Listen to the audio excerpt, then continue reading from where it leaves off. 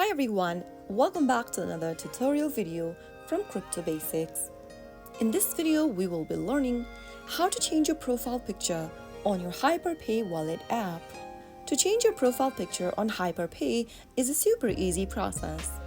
Launch open the HyperPay wallet app from your mobile device and make sure to log in. Once you're logged into your account, click on the human icon or the profile icon located at the top left corner from the main home screen.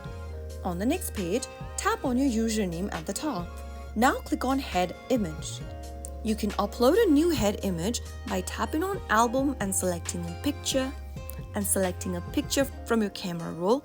If you want to take a picture right from your device's camera, tap on Camera and take a picture right away.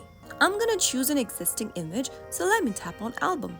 Select a picture you'd like to use as your profile picture, and within a few seconds, you will be able to change your profile picture on HyperPay app.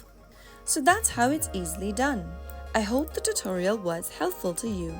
If it was, go ahead and give us a thumbs up. Don't forget to subscribe to the channel by hitting the subscribe button. Press the bell icon so that you'll never miss another upcoming upload from us. I will see you again in the next video. Thank you for watching.